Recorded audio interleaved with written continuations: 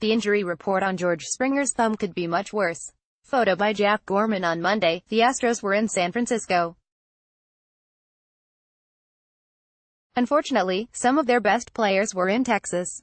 Carlos Correa is close to returning and is completing a rehab stint in the minors.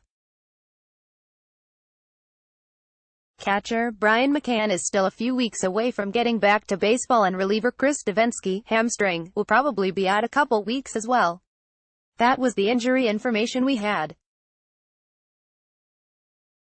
Manager A.J. Hinch updated the status of the other remaining players on the DL Monday afternoon, including George Springer, Jose Altuve and Lance McCullers Jr.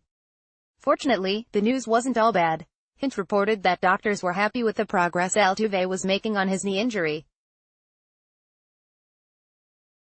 There was no timetable set for his return, but it sounds optimistic.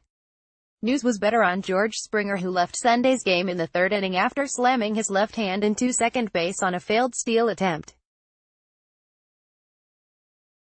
The fear was a broken finger or a torn ligament. Fortunately, it was neither, and Springer could be back within a couple weeks, perhaps sooner. Unfortunately, McCullers, who seems to never make it through a season without some kind of injury, will be out until September, according to Hinch. He did not have an elbow ligament injury as was originally feared, but a forearm muscle strain will mean he won't pitch for at least a month, though they do expect him to return before the end of the season. Assuming no additional injuries prior to September, and that seems almost like wishful thinking given recent history, the team should be at full strength by the postseason.